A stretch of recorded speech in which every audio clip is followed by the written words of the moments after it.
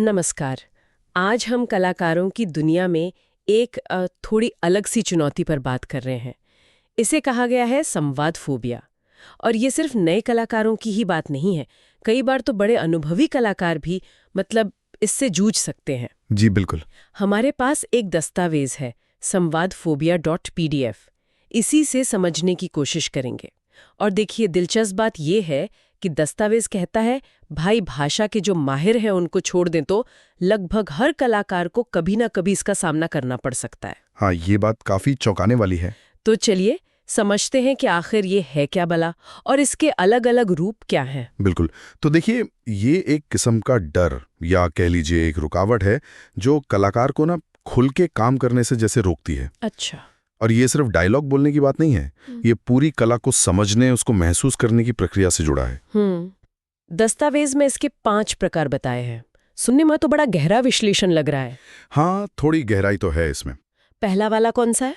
पहला है श्रवण संवाद फोबिया। श्रवण मतलब सुनने से जुड़ा हुआ। जी बिल्कुल। जैसा नाम से लग रहा है, ये सुनने या ध्यान देने की कमी से जुड़ा है।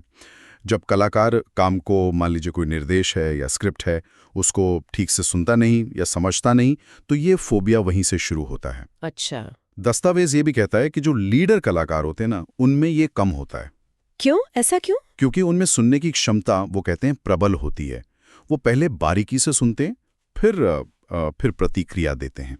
अच्छा, मतलब अगर सुनने में ही गड़बड़ हो गई तो शायद अगला पड़ाव आता है जो है नकारात्मक संवाद फोबिया। बिल्कुल सही पकड़ा आपने। ये सीधे तौर पर जुड़ा है। ध्यान ना देने का नतीजा है ये।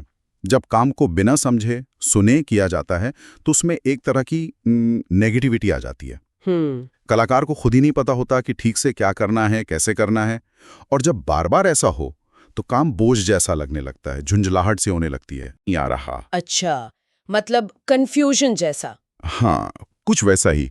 और नतीजा, काम में वो गहराई नहीं आ पाती, वो डूबने वाली बात, वो तल्लीनता नहीं होती।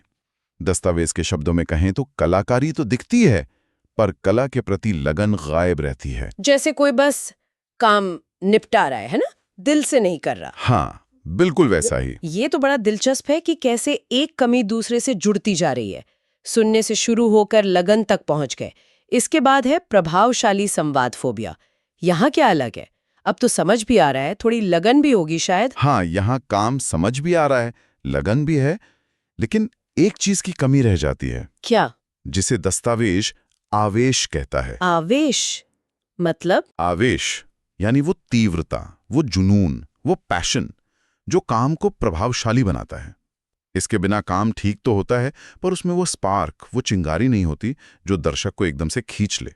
अच्छा, तो आवेश मतलब एक तरह की महसूस होने वाली ऊर्जा या पैशन। हाँ, समझ गई। और आखिरी वाला है चुंबकीय संवाद फोबिया। इसमें तो सब कुछ होना चाहिए, समाज, लगन, आवेश। जी हाँ। फिर क्या गड़बड़ है? इसमें ये तीनों चीजें होती हैं, लेकिन कमी रह जाती है काम को खेल की तरह लेने में। खेल की तरह मतलब सहजता से, आनंद के साथ काम नहीं हो पाता। शायद कलाकार बहुत दबाव महसूस कर रहा है या उस पूरी प्रक्रिया को एंजॉय नहीं कर पा रहा। काम शानदार हो सकता है, पर उसमें वो एक स्वाभाविक खिंचाव, वो चुंबकीय गुण, वो कम रह जाता है। वाह, ये तो कला की पूरी प्रक्रिया के परते खोल दी। एक सवाल और, क्या फिल्मी संवादों के बारे में भी दस्तावेज में कुछ कहा गया है? हाँ बिल्कुल। इन फोबियाज का वहाँ क्या रोल है? हाँ, एक जरूरी बात बताई गई है। देखिए, फिल्मों में तो कहानी कहने के लिए जानबूझकर भी संवादों में हेरफेर किया जा सकता है। हाँ, वो तो होता है। तो दस्तावेज ये साफ करता है कि श्रवण संवाद फोबिया का फिल्मों में कोई काम नहीं। मतलब किरदार का अनसुना करना स्क्रिप्टेड नहीं होता, जब तक कि जानबूझकर ना दिखाना हो। ठीक है। लेकिन नकारात्मक और स्वीकारात्मक संवाद वाले लक्षण किरदारों में दिखाए जा सकते हैं। जैसे कोई किरदार जानबूझकर बात ना समझे या आधा अधूरा समझे, अगर कहानी की मांग वैसी हो। अच्छा, तो ये कहानी के हिसाब से इस्तेमाल हो सकते हैं। जी। तो हमने आज देखा कि संवाद फोबिया के ये 5 प्रकार हैं।